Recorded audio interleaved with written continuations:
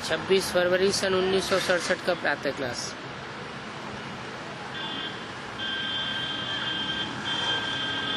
बच्चे यहाँ मधुबन में आते हैं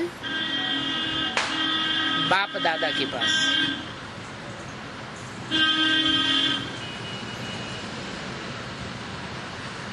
किसने कहा?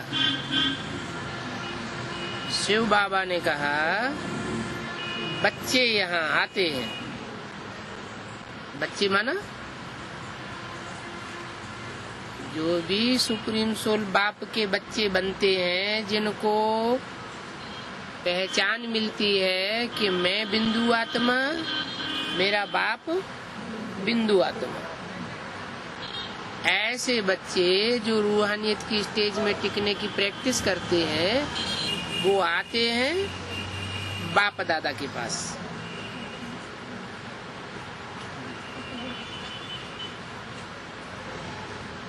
बाप दादा के पास आते हैं या शिव बाबा के पास आते हैं?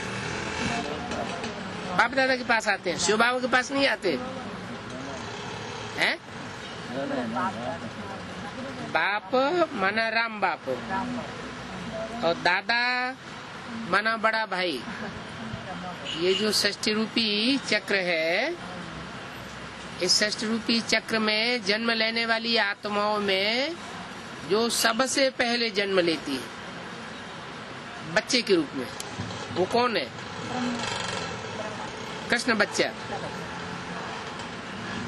तो जो सबसे बड़ा भाई है वो हुआ दादा, और उसको जन्म देने वाला हुआ राम बाप। तो बच्चे यहाँ मधुबन में आते हैं बाप दादा के पास। यहाँ आते हैं तो देखते हैं पहले बहन बैठी है।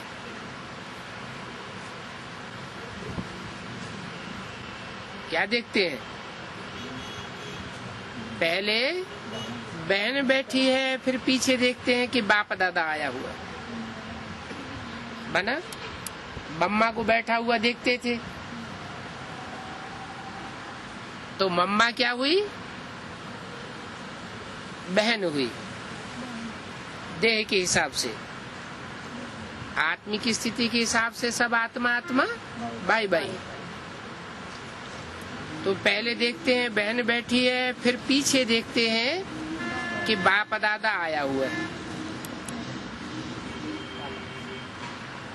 बाप भी आया हुआ है और दादा भी आया हुआ है। ये वाणी कब की है?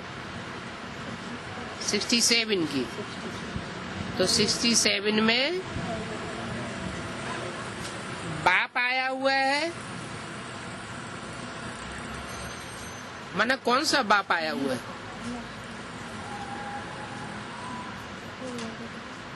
सुप्रीम सोल बाप आया हुआ है, और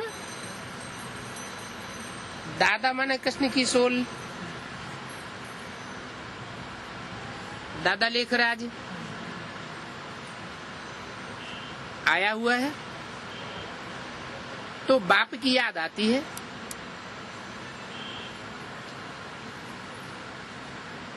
कौन से बाप की याद आती है? नहीं, शिव तो आया ही हुआ है ब्रह्मा के तन में।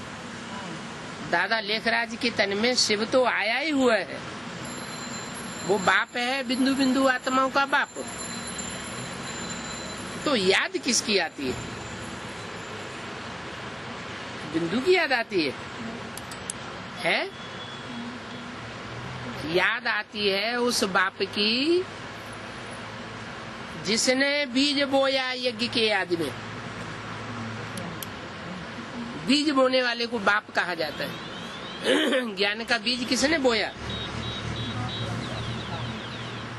ब्रह्मा बाबा को तो साक्षात्कार हुए, साक्षात्कारों का अर्थ वो नहीं समझ सके, तो वो कलकत्ते पहुंचे धक्के खाते हुए, और वहां उनका जो भागीदार था, आखिरी जीवन का भी भागीदार, उससे मिले और उसके द्वारा उनको अपने साक्षात्कारों का ज्ञान प्राप्त हुआ। क्या ज्ञान प्राप्त हुआ? कि तुम कृष्ण की सूल हो, ब्रह्मा के रूप में तुम्हें यहाँ पार्ट बजाना है, भविष्य में तुम विष्णु बनने वाले हो, कृष्ण के रूप में तुम्हारा जन्म होगा, नई दुनिया आने वाली है, पुरानी दुनिया खलास होने वाली है। ये बीज रूप में ज्ञान मिल गया। तो किसने दिया ज्ञान? बिंदु ने दिया।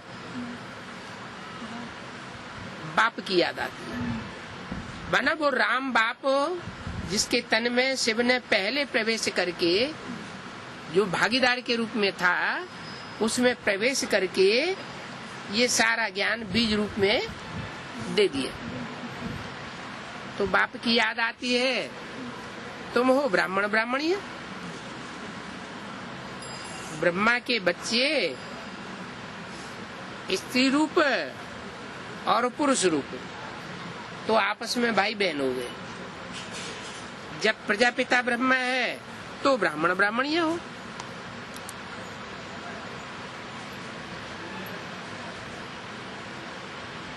प्रजापिता भी है और ब्रह्मा भी है, दोनों चाहिए, माँ बाप दोनों हैं, तो उनकी औलाद ब्राह्मण ब्राह्मणिया है। जब सिर्फ बाप है, बिंदु बिंदु आत्माओं का बाप ज्योति बिंदु,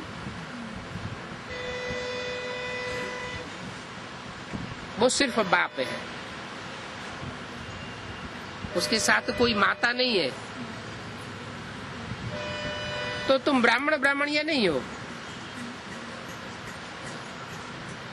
शिववंशी हो।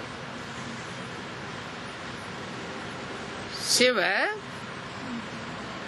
के बच्चे हो, बच्चियां भी नहीं।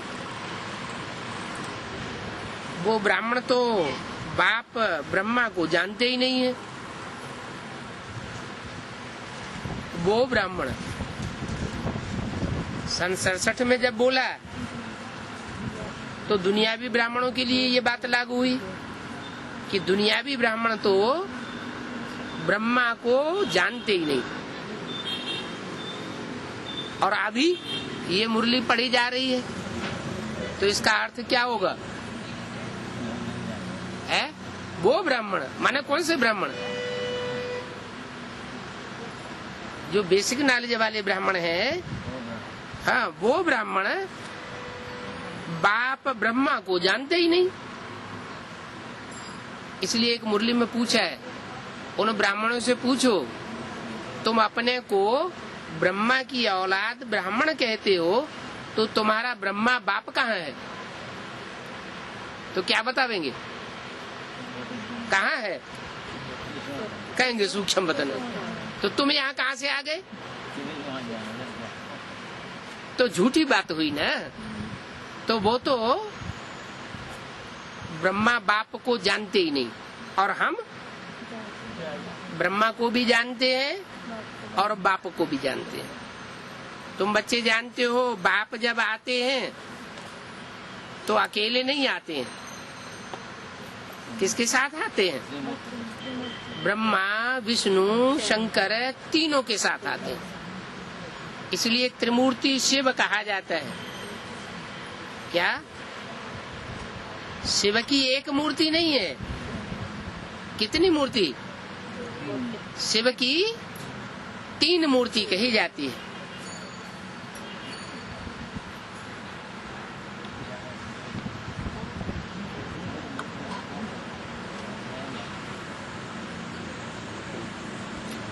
शिव की 3 मूर्ति कही जाती है। 3 मूर्ति क्यों कही जाती है? त्रिमूर्ति शिव क्यों कहा जाता है? जैसे हम ज्योति बिंदु आत्मा हैं, तो हम आत्मा के भी 3 कार्य हैं। श्रेष्ठ गुणों की स्थापना करते हैं तो देवता बनते हैं, ब्रह्मा का काम करते हैं। ब्रह्मा का काम क्या है? स्थापना, दिव्य गुणों की स्थापना।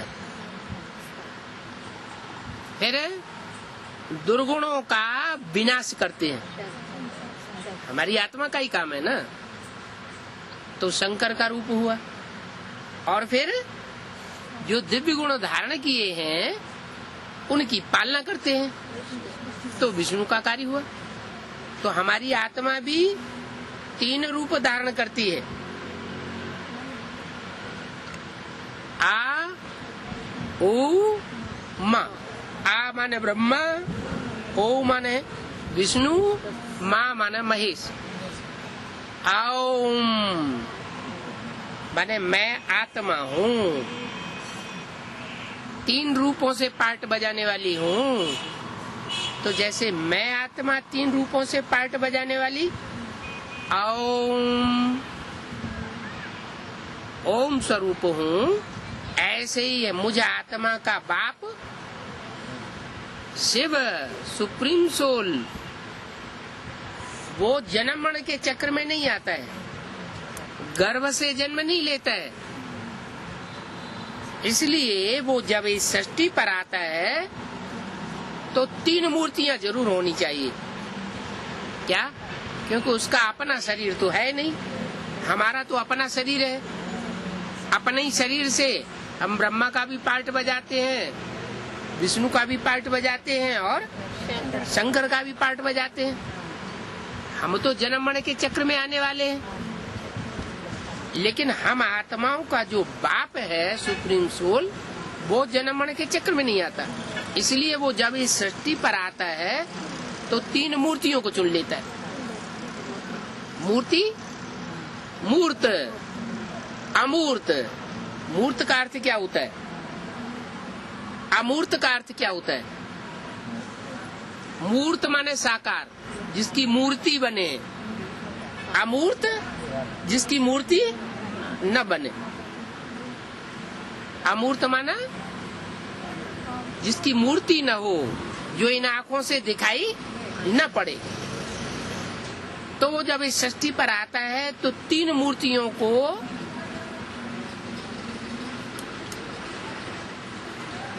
रच लेता है। माने इसी सृष्टि में से कोई 3 मूर्तियां चुन लेता है, अकेला नहीं आता है। ब्रह्मा की भी मूर्ति चाहिए, विष्णु की मूर्ति भी चाहिए और शंकर की मूर्ति भी चाहिए। तो यज्ञ के आदि में जब सुप्रीम सोल ने प्रवेश किया राम बापू ने, तो 2 मूर्तियां और थी। एक जगत की अम्बा माना ब्रह्मा, ओरिजिनल आदि ब्रह्मा, और दूसरी विष्णु की मूर्ति, ला और लव में समान रहने वाली, और एक लाफुल मूर्ति जिसमें प्रवेश किया। तो 3 मूर्तियां थी। तो बोला कि बाप जब आते हैं तो ब्रह्मा विष्णु शंकर भी जरूर चाहिए। तो चाहिए कहाँ से? ऊपर से लाता है या नीचे से चाहिए? इस साकार सृष्टि में से ही 3 मूर्तियों को चुन लेता है। अमूर्त को नहीं, मूर्ति को चुन लेता, माना चैतन्य मूर्तियों को चुनता है, जिसमें प्रवेश करता है ज्ञान सुनाने के लिए, ज्ञान का बीज डालने के लिए। वो हुआ बीज प्रदप पिता, जो संस्कृत की गीता में आया ना, अहम बीज प्रदप पिता, मैं बीज बोने वाला पिता हूँ। इस सृष्टि रूपी रंगमंच में मैं ज्ञान का बीज बोता हूँ, तो पिता हो गया। अच्छा, पिता होगा तो पिता कब बनेगा? है? पिता भी पिता कब बनेगा? पहले किसी का बच्चा बनेगा, है? किसी माँ के पेट से जन्म लेगा तभी तो बच्चा बनेगा। तो वो बुद्धि रूपी पेट कौन सा जिसके द्वारा वो बच्चा बना? प्रजापिता बना। प्रजापिता है तो ब्राह्मण होगा या शूद्र होगा? प्रजापिता है तो जरूर ब्राह्मण होना चाहिए, और ब्राह्मण तब बने जब ब्रह्मा की औलाद बने। तो उस प्रजापिता का ब्रह्मा कौन? मुख से सुनेगा तभी तो ब्रह्मा मुखवंशावली ब्राह्मण बनेगा। तो उसने किसके मुख से सुना?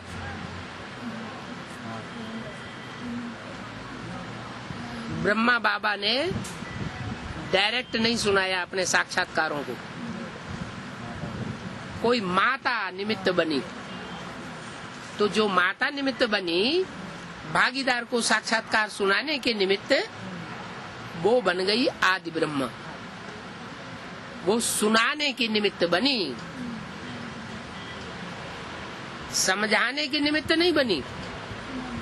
सुनने सुनाने को भक्ति कहा जाता है, और समझने समझाने को ज्ञान कहा जाता है। तो भक्ति का फाउंडेशन माता के द्वारा डाला। तुम सब भक्तियां हो, भावना वाली हो। माताओं कन्याओं में भावना ज्यादा होती है या पुरुषों में भावना ज्यादा होती है? माता कन्याओं में भावना ज्यादा होती है, वो स्त्री चोला होता है। तो वो माता निमित्त बनी ब्रह्मा बड़ी माँ बनने के लिए।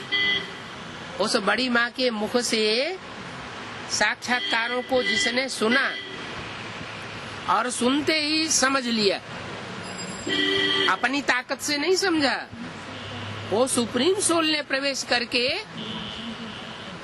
समझा दिया। बुद्धि में बात बैठ गई कि इन साक्षात्कारों का ये अर्थ है, और सुना भी दिया।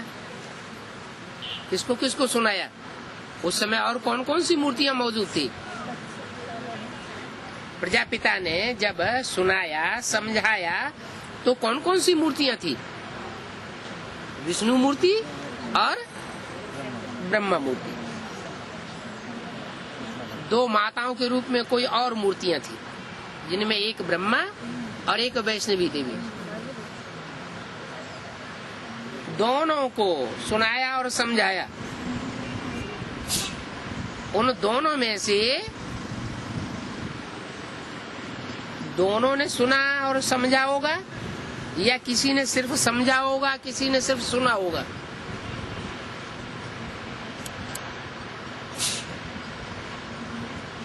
कार्य संपन्न कौन सी मूर्ति करेगी? सिर्फ सुनने वाली मूर्ति कार्य को संपन्न करती है, या सुनने के साथ साथ समझने वाली मूर्ति भी कार्य को संपन्न करती है? जो सुनने के साथ साथ समझने वाली भी हो, वो ही मूर्ति काम को संपन्न करती है। ब्रह्मा के द्वारा ब्राह्मण पैदा हुए, ब्रह्मा के मुख से। बेसिक में एडवांस में ढेर सारे ब्राह्मण हैं। काम पूरा हुआ? नई दुनिया बनी? नहीं बनी। और शंकर के द्वारा आसुरी ब्राह्मणों का विनाश भी हो रहा है। तो क्या पुरानी दुनिया खलास हुई? नहीं हुई। न नई दुनिया बनी, न पुरानी दुनिया खलास हुई। क्योंकि ब्रह्मा अति का लवफुल और शंकर अति का लाफुल, कायदे कानून बगाड़ने वाला। तो दोनों से काम नहीं होने वाला। काम तब होता है जब सुनने के साथ साथ समझने वाला भी हो, वो ही काम को पूरा कर सकता है। ब्रह्मा सिर्फ सुनने सुनाने वाला। माताएं क्या होती हैं? कथा सुनने जाएंगी तो सुनेंगी और सुना भी देंगी।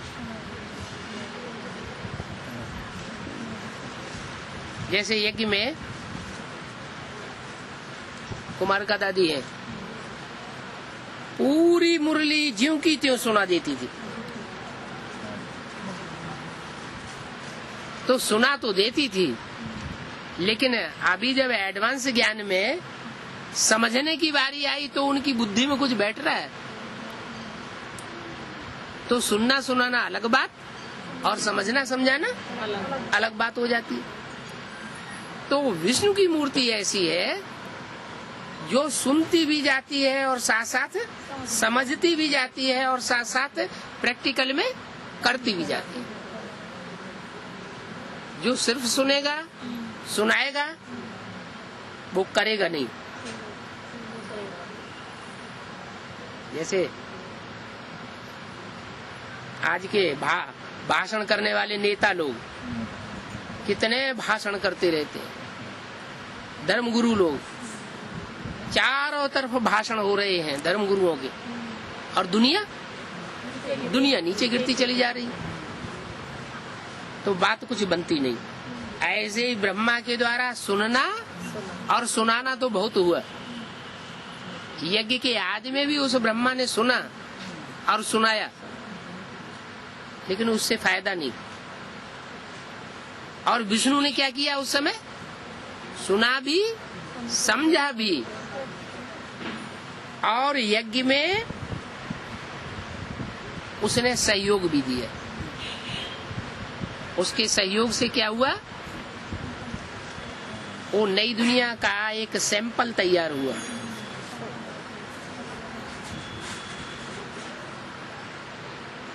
जो सैंपल जिसकी यादगार अजमेर में आज भी गाई जाती है। छोटा सा सैंपल था। नरक की दुनिया के बीच स्वर्ग का नजारा था। नरक की दुनिया के बीच हिंदुस्तान पाकिस्तान में खून की नदियां बह रही थी, और वहीं पाकिस्तान की राजधानी में सागर के कंठे पर 300-400 कन्याएं माताएं बड़े आराम से रही पड़ी थी। तो नरक की दुनिया में स्वर्ग का नजारा हुआ ना। उसके लिए वो लव और लाफुल वाली मूर्ति अगर न होती तो उसका भी फाउंडेशन पड़ने वाला नहीं था। वो तीनों ही मूर्तियां यज्ञ के आदि में शरीर छोड़ गई।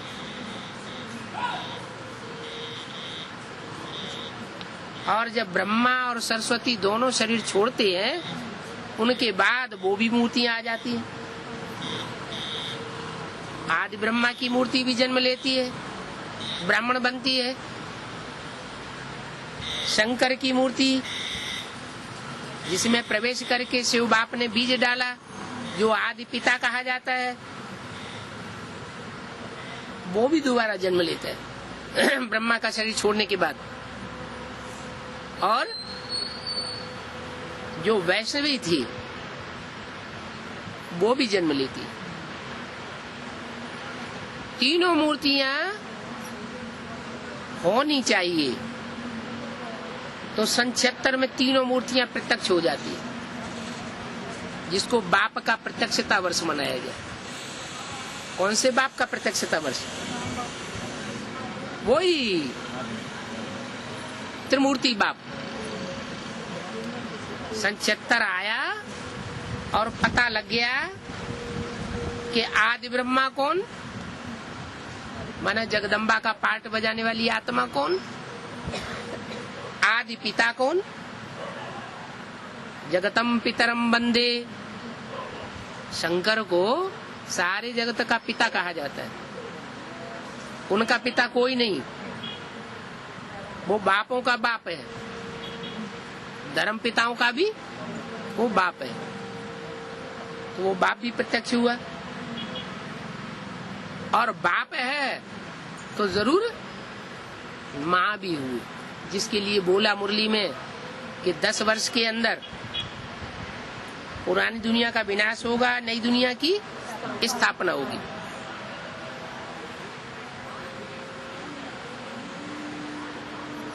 ये भी बोल दिया। इन लक्ष्मी नारायण का जन्म कब हुआ? आज से 10 वर्ष कम 5000 वर्ष हुए। 66 की 66 की मुरली है, तो 66 में 66 से उल्टा चक्कर घुमाए और 10 वर्ष पहले ही रुक जाए तो कौन सा सन आएगा? 66 और उल्टा चक्कर घुमाए 66 तक पहुंचे तो 5000 वर्ष पहले पहुंच गए। लेकिन 5000 वर्ष पहले नहीं पहुंचे, पहले ही रुक गए। चक्कर घुमाया और पूरा चक्कर नहीं पहुंचे, पहले ही रुक गए, 10 साल पहले रुक गए। तो कौन सा सन आया?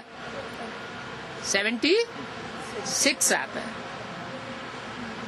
तो इस मुरली के महावाक्य से ये साबित हुआ कि 76 में लक्ष्मी नारायण का प्रत्यक्षता रूपी जन्म हो चुका।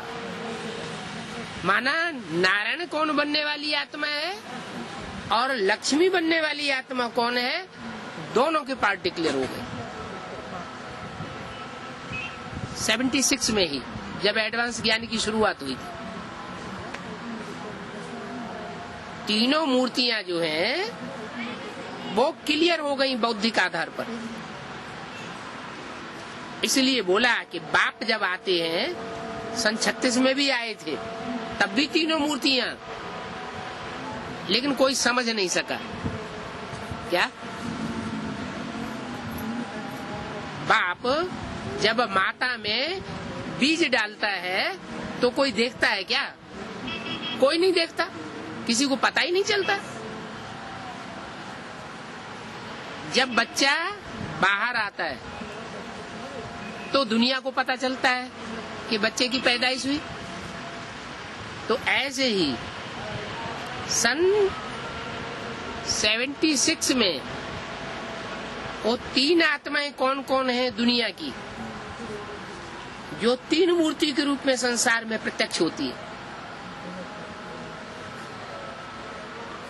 वो जो एडवांस पार्टी के आदि वाले ब्राह्मण हैं, जो सब धर्मों के बीज हैं, मुख्य मुख्य धर्मों के, सब धर्मों के बीज रूप पिता हैं, उनके सामने प्रत्यक्ष हो जाते हैं। उनकी बुद्धि में बैठ जाता है कि ये आदि ब्रह्मा है, ये आदि पिता है और ये वैष्णवी शक्ति है, विष्णु देवी है। तो बोला बाप जब आते हैं तो ब्रह्मा विष्णु शंकर भी जरूर चाहिए। आदि में भी आए थे, तब भी थे ये तीनों। और मध्य में 76 में जब बुद्धि में, बुद्ध रूपी धरणी में 3 मूर्तियों की प्रत्यक्षता होती है नाम रूप सहित, तो भी ये तीनों प्रत्यक्ष हो जाती है। और अभी लास्ट, अभी कौन सा सन चल रहा है? 2006। ब्रह्मा की मूर्ति, शंकर की मूर्ति और विष्णु की मूर्ति, तो तीनों मूर्तियों के प्रत्यक्ष होने में कुछ टाइम तो लगता है। तो ये जो विष्णु की मूर्ति है, इसको प्रत्यक्ष होने में भी कुछ टाइम चाहिए।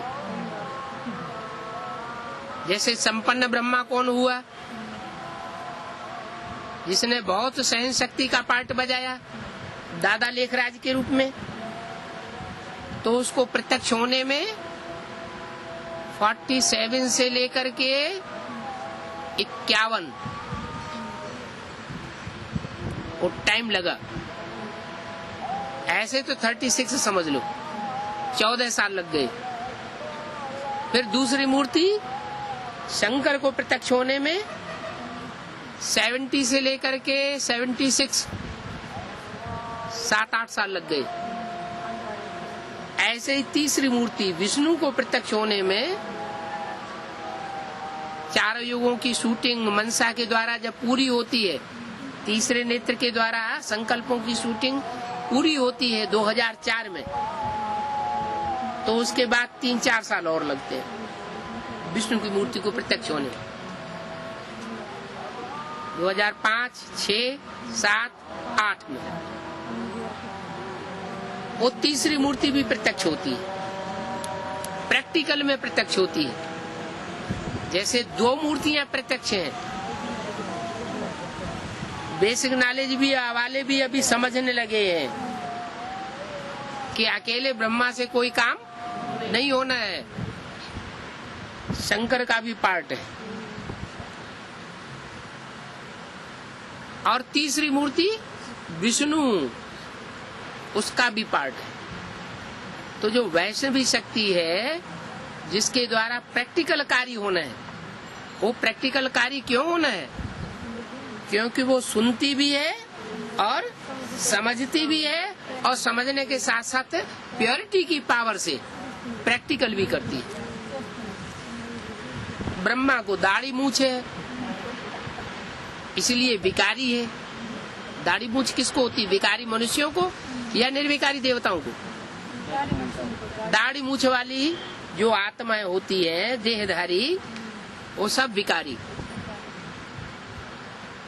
इसलिए ब्रह्मा को विकारी कहेंगे, उनकी पूजा नहीं होती। पूजा का आधार प्योरिटी है या इम्प्योरिटी? प्योरिटी। ब्रह्मा की पूजा क्यों नहीं होती? क्योंकि दाढ़ी मूछ वाला अपवित्र था। ब्रह्मा कुमारियों को ये बात सुनाएंगे तो नाराज होंगी, लेकिन बात सच्ची है। अगर प्योरिटी वाली मूर्ति होती तो फिर पुरुष रूप में उसकी पूजा होनी चाहिए। पूजा नहीं होती, पूजा नहीं होती, इसका मतलब दाढ़ी मूछ वाला था ना। और दूसरी मूर्ति शंकर, शंकर को दोनों रूपों में दिखाते हैं, दाढ़ी मूछ वाला भी दिखाते हैं और क्लीन शेव वाला भी दिखाते हैं। माना वो तो श्याम सुंदर का पार्ट है, वो पहले काला भी है तो वही मूर्ति अंत में गोरी भी बनती है। पहले श्याम फिर सुंदर का पार्ट बजाती है, क्योंकि वही कृष्ण की सोल जो अधूरेपन में शरीर छोड़ देती है, वही उसमें प्रवेश होकर के संपन्न बन जाती है। तो वो पहले काला भी है और बाद में गोरा भी है, इसलिए वो संगमयुगी कृष्ण के रूप में संसार में पूजा जाता है। अब तीसरी मूर्ति रही विष्णु। दोनों मूर्तियां जो हैं, ब्रह्मा की भी मूर्ति और शंकर की भी मूर्ति, काम पूरा क्यों नहीं कर पाती? दो मूर्तियों से काम पूरा क्यों नहीं होता है? ब्रह्मा की मूर्ति सुनने सुनाने वाली, समझने समझाने वाली है नहीं, इसलिए काम पूरा नहीं होता। जैसे मुरली में बोला है, मैं तुम बच्चों को सुनाने आता हूँ, ये बीच में सुन लेता है। कौन? ब्रह्मा बाबा। माना ये बीच में सुन जरूर लेता है, लेकिन इससे काम होने वाला नहीं है। मैं इसको नहीं सुनाता हूँ, मैं सुनाता किसको हूँ? तुम बच्चों को, क्योंकि तुम बच्चे समझदार हो। ये तो बेबी बुद्धि है। मुरली में क्या बोला? ये ब्रह्मा तो बेबी है। बेबी माना बच्चा बुद्धि, इसकी बुद्धि में एडवांस के पॉइंट नहीं बैठते, गहराई के पॉइंट इसकी बुद्धि में नहीं बैठते। तो ब्रह्मा सुनने सुनाने वाला भगत हो गया, और शंकर समझने और समझाने वाला ज्ञानी आत्मा तो है। लेकिन भक्ति मार्ग में शंकर को विष पीते हुए दिखाया गया है। क्या क्या करता है? विष पीता है। भले विष का असर उसके ऊपर नहीं होता है। क्यों नहीं होता है? दुनिया में कोई विष पी ले तो उसके ऊपर असर होगा कि नहीं होगा? मरेगा कि नहीं मरेगा? मरेगा, लेकिन वो मरता नहीं है। क्या? ज्ञान में चलते चलते सब अनिश्चय बुद्धि होते हैं, लेकिन वो अनिश्चय बुद्धि रूपी मृत्यु उसकी नहीं होती। क्यों नहीं होती? अरे विष पीता है तो मर जाना चाहिए ना, वो मरता का ही नहीं। कोई कारण होगा। क्या कारण? है? अरे उसमें शिव प्रवेश है मुकर्रर रूप से। क्या उसमें शिव सुप्रीम सोल सदा शिव मुकर्रर प्रवेश है। ब्रह्मा में मुकर्रर नहीं होता था, क्या टेम्परेरी आता था, और इसमें तो मुकर्रर है। इसलिए भल विष पीता है तो भी उसका असर टिकता नहीं है। तो विष पीता तो है। इच्छा मात्रम अविद्या तो नहीं हुआ, और इच्छा मात्रम अविद्या नहीं हुआ तो संपन्न नहीं कहा जाएगा। कब तक? जब तक तीसरी मूर्ति सहयोगी के रूप में प्रत्यक्ष न हो जाए। तो तीसरी मूर्ति जो है वो होती है स्त्री चोले के रूप में। पुरुष चोलों को सबको मुरली में बोल दिया, सब पुरुष दुर्योधन दुशासन। क्या? सब दुर्योधन माने दुष्ट युद्ध करने वाले, दुशासन दुष्ट शासन करने वाले।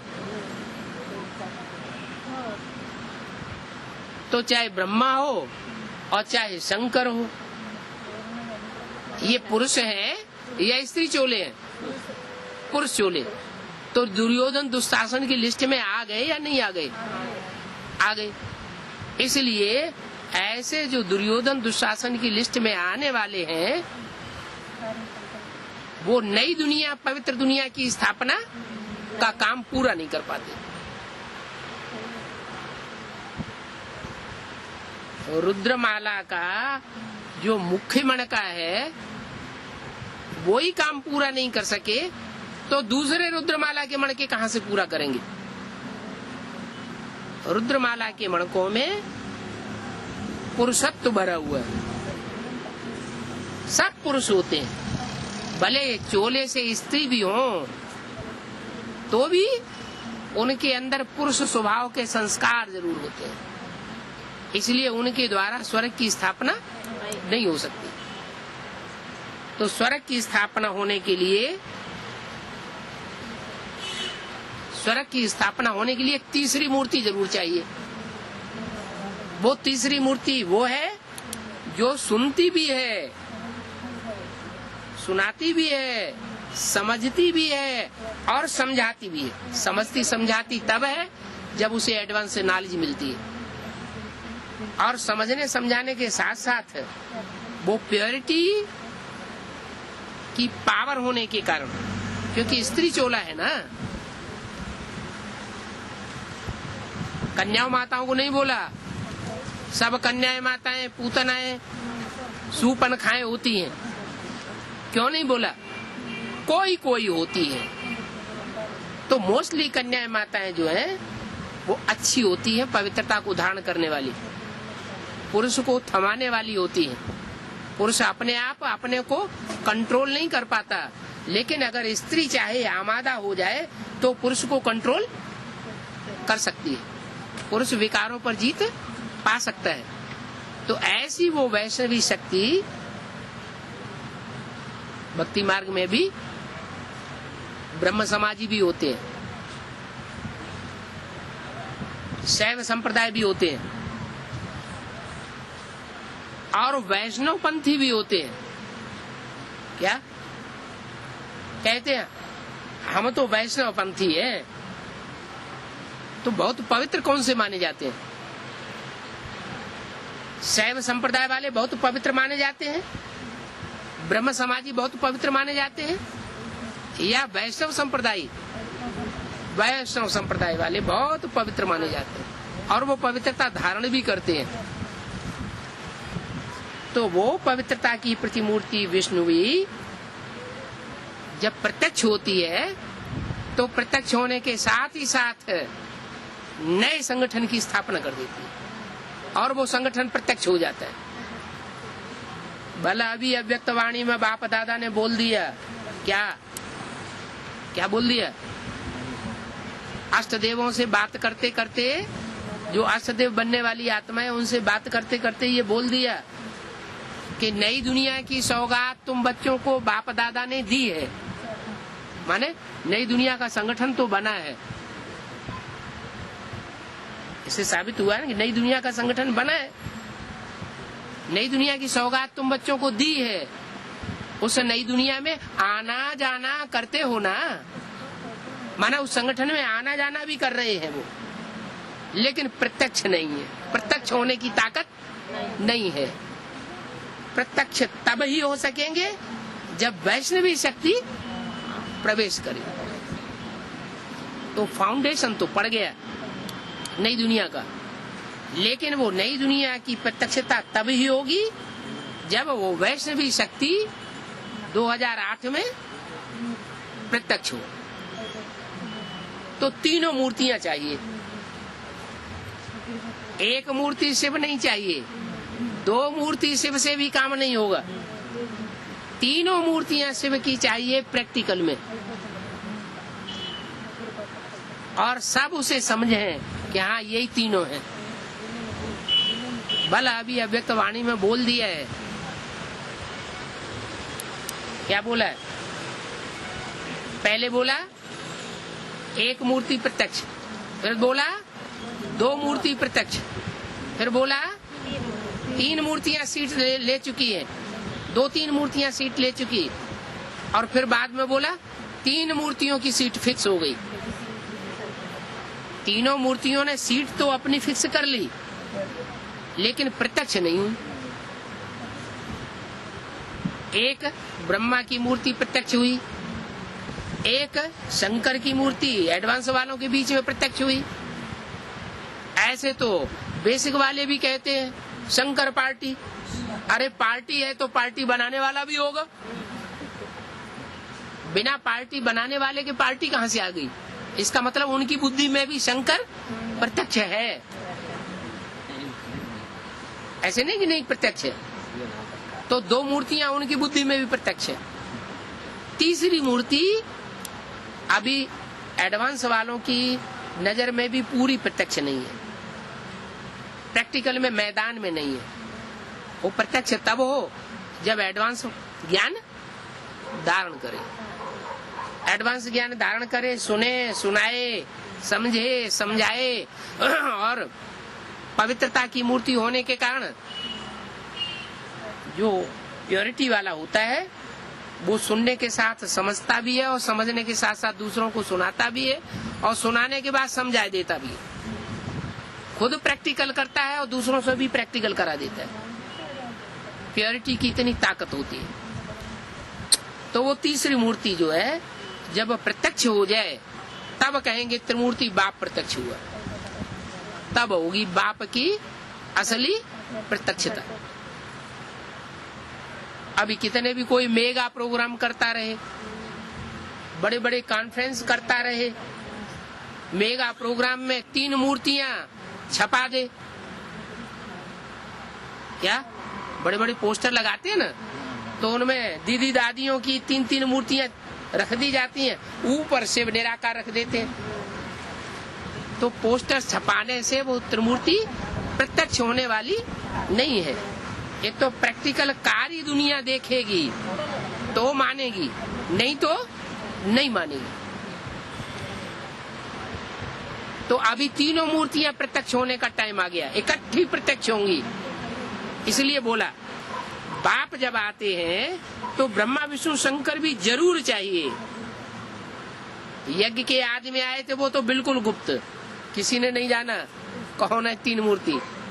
मध्य में आए तो जो बुद्धि वाले जहीन हैं, एडवांस पार्टी के बच्चे, रूहानी स्टेज को धारण करने वाले, बिंदु रूप स्टेज को धारण करने वाले, बिंदु रूप में टिकने वाले, सूक्ष्म बुद्धि, उनमें भी जो तीखे तीखे उन्होंने जाना कि दूसरी मूर्ति कौन है और तीसरी मूर्ति कौन है। बुद्धि से जाना, प्रैक्टिकल में देखा नहीं, क्योंकि प्रैक्टिकल में तो तब हो जब प्रैक्टिकल में ज्ञान लिया जाए। लेकिन अब ऐसा टाइम आने वाला है कि बेसिक वाले भी और एडवांस वाले भी और दुनिया वाले भी प्रैक्टिकल में समझेंगे, जानेंगे, मानेंगे क्या कि त्रिमूर्ति शिव बाप प्रत्यक्ष हो गया। कहते हैं त्रिमूर्ति शिव भगवानुवाच, एक मूर्ति भगवानुवाच नहीं, त्रिमूर्ति शिव भगवानुवाच, माने तीनों मूर्तियां आकर के वही बात बोले। ऐसे नहीं कि सिर्फ ब्रह्मा की मूर्ति बोले, शंकर की मूर्ति बोले, नहीं, तीनों मूर्तियां वो बात बोले भगवानुवाच। अब तीनों द्वारा तो नहीं बोलेंगे, अब माने 67 में तीनों द्वारा नहीं बोलेंगे। तीनों द्वारा एक साथ बोलते हैं क्या? नहीं, पहले ब्रह्मा के द्वारा, फिर शंकर के द्वारा, फिर विष्णु के द्वारा। ये बातें अच्छी रीति बुद्धि में धारण करनी है कि तीनों द्वारा एक साथ बोलेंगे या तीनों मूर्तियों का अलग अलग पार्ट है, अलग अलग टाइम पर बोलने का टाइम तीनों का अलग अलग है। पहले ब्रह्मा के रूप में, फिर दूसरी मूर्ति शंकर के रूप में, फिर तीसरी मूर्ति विष्णु के रूप में। बेहद के बाप से सबको बेहद का वर्षा जरूर मिलता है। क्या? बेहद का बाप त्रिमूर्ति शिव है ना, तो तीनों मूर्तियों से 3 तरह का वर्षा मिलता है। क्या? तीनों मूर्तियों से 3 तरह का कौन सा वर्षा है? तीनों मूर्तियां सूक्ष्म वतन में दिखाई जाती हैं, तो वो 3 तबक्के कौन कौन से हैं? ब्रह्मापुरी, विष्णुपुरी और शंकरपुरी। दुखधाम के नजदीक कौन सी पुरी है? ब्रह्मापुरी। और शांति धाम के नजदीक कौन सी पुरी है? शांति धाम के नजदीक कौन सी पुरी है? अरे बोलो, जोर से बोलो। शांति धाम के नजदीक कौन सी पुरी है? शंकरपुरी। अरे शंकरपुरी शांति धाम के नजदीक है ना, और दुखधाम के नजदीक ब्रह्मापुरी। और न्यूट्रल बीच में कौन सी है? विष्णु की पुरी, वो है सुखधाम का अधिष्ठाता। तो जो जैसी मूर्ति होगी वैसा ही वर्षा देगी ना। क्या? दुखधाम का मुखिया होगा तो वर्षे में क्या देगा? दुख देगा। जो भी ब्रह्मा कुमार कुमारियां हैं वो दुखी होके शरीर छोड़ने हैं या सुखी होके शरीर छोड़ रहे हैं? जैसे ब्रह्मा का 8 फेल हुआ, ब्रह्मा कुमार कुमारियों का भी अकाले मौत होता जाता है, तो दुखी होके शरीर छोड़ा ना। अंतमते सो गते। तो पूरे 84 जन्म लेने वाले पक्के देवता सुखदायी बनेंगे क्या? नहीं बनेंगे। कम जन्म लेने वाले कच्चे देवता बनेंगे, जो द्वापर युग से दूसरे धर्मों में कन्वर्ट हो जाएंगे।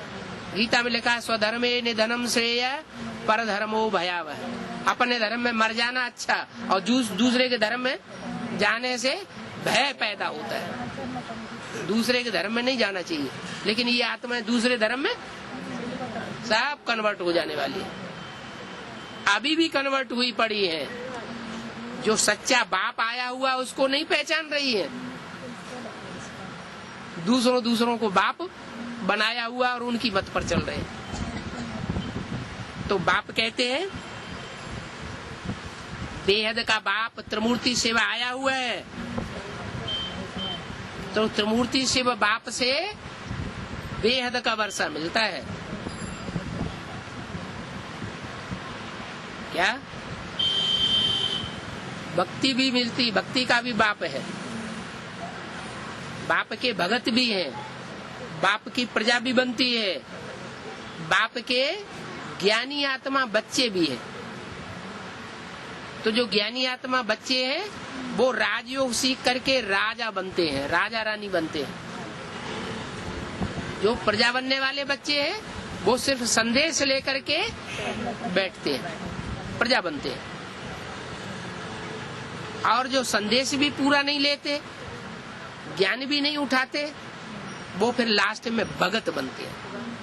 क्या? एक कृपा दृष्टि उनको चाहिए, बस कहते भगवान की एक झलक मिल जाए, दर्शन हो जाए, तो भक्त बच्चे भी हैं। तो भक्तों की लिस्ट हो गई ब्रह्मा की लिस्ट, और देवताओं की लिस्ट हो गई विष्णु की। और देवताई स्टेज से भी परे की स्टेज में जो पहुंचते हैं, आत्मा की स्टेज में, रुद्र के बच्चे बनते हैं, रुद्रमाला के बच्चे बनते हैं। उनका मुखिया है शंकर। खुद भी शांति धाम में रहता है, भले सारी दुनिया में विनाश होता रहे। क्या? सारी दुनिया में क्या होगा आगे चल के? हाहाकार, विनाश, लेकिन वो शांत में रहे। उसकी शांति भंग होने वाली नहीं है, वो तो कैलाशी वासी है। सुख भी नहीं भोगता और दुख भी नहीं भोगता।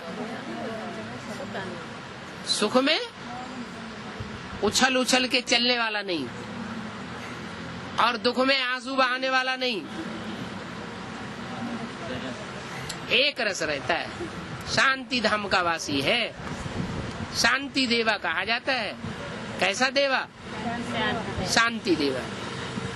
जब विनाश हो जाएगा सारी दुनिया का, शंकर द्वारा विनाश हो जाएगा, तो सारी दुनिया को शांति मिलेगी कि नहीं मिलेगी? शांति मिलेगी। तो वो शांति देवा हो गया।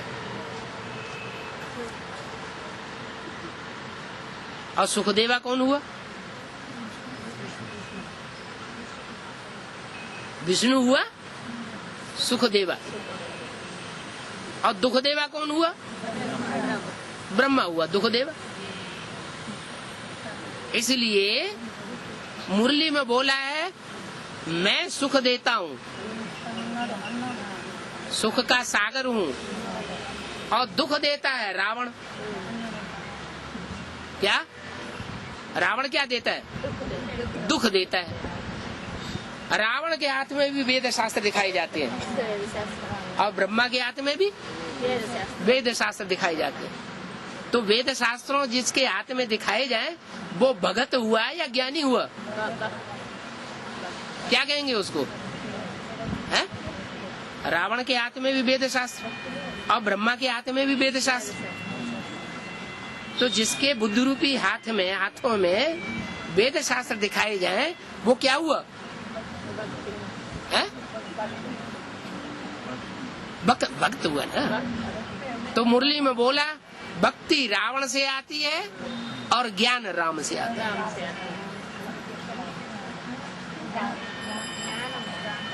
भक्ति रावण से आती है। रावण के 10 सिर, अच्छा रावण के 10 सिर दिखाए, और ब्रह्मा के कितने सिर दिखाते हैं? 3 नहीं, 5 सिर दिखाते हैं। पंचानन 4 सिर दिखाते हैं, चतुरानन। तो ब्रह्मा के 5 सिर और रावण के 10 सिर। वो 5 सिर रावण के कौन से बढ़ गए?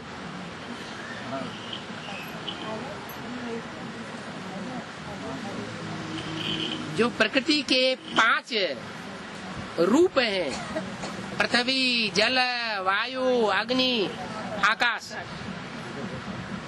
ये 5 देवता ऐसे हैं जो रावण के कंट्रोल में आ जाते हैं। क्या कहते हैं? शास्त्रों में लिखा है कि रावण ने जल देवता, वायु देवता, अग्नि देवता को अपनी चारपाई के पाटी से बांध के रखा था।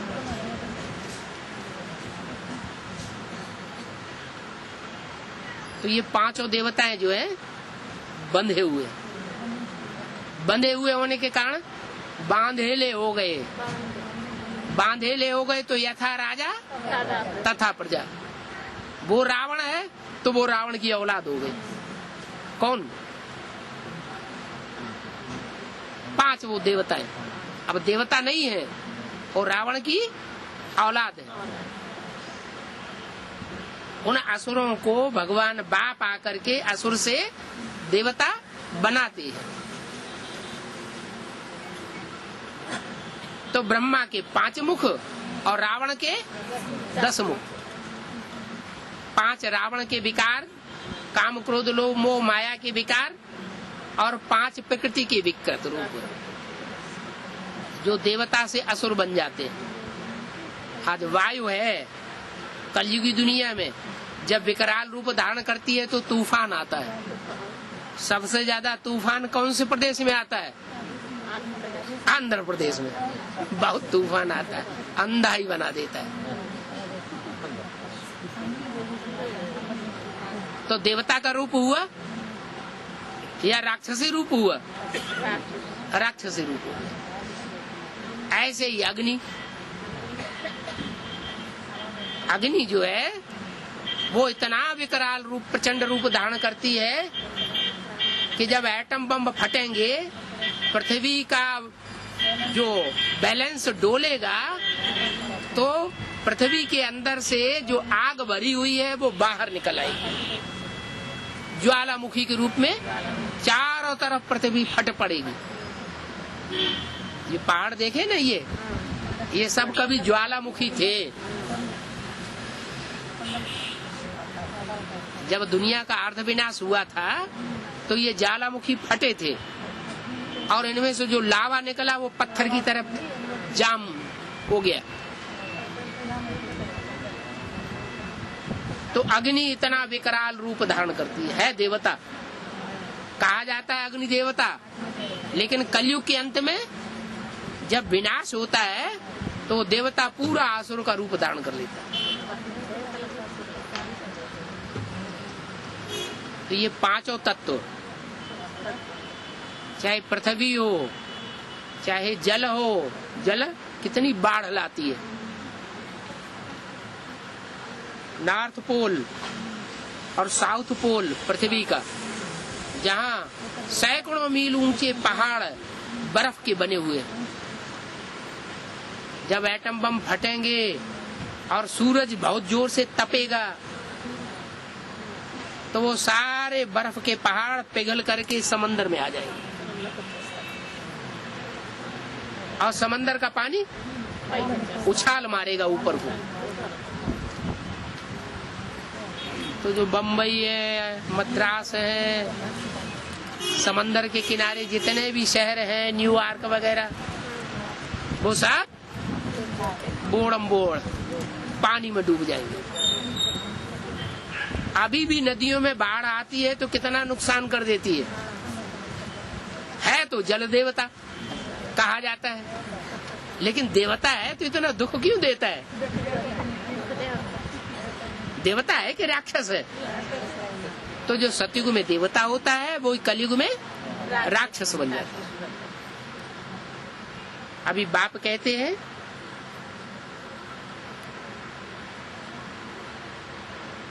इस रावण की पाला को छोड़ दो। क्या? रावण की पाला को छोड़ दो और राम की पाला में आ जाओ। राम की पाला में आवेंगे, जैसे रस्सा कसी होती है ना,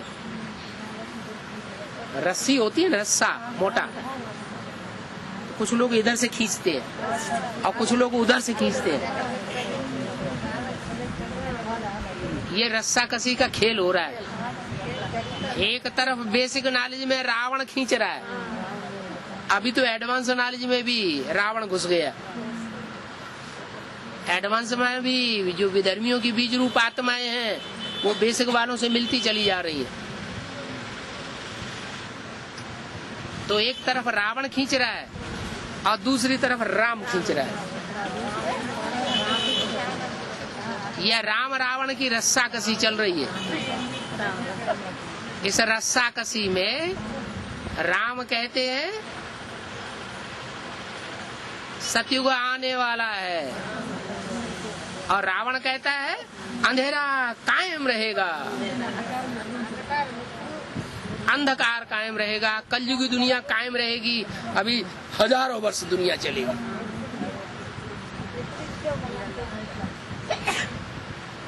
तो आप जज करो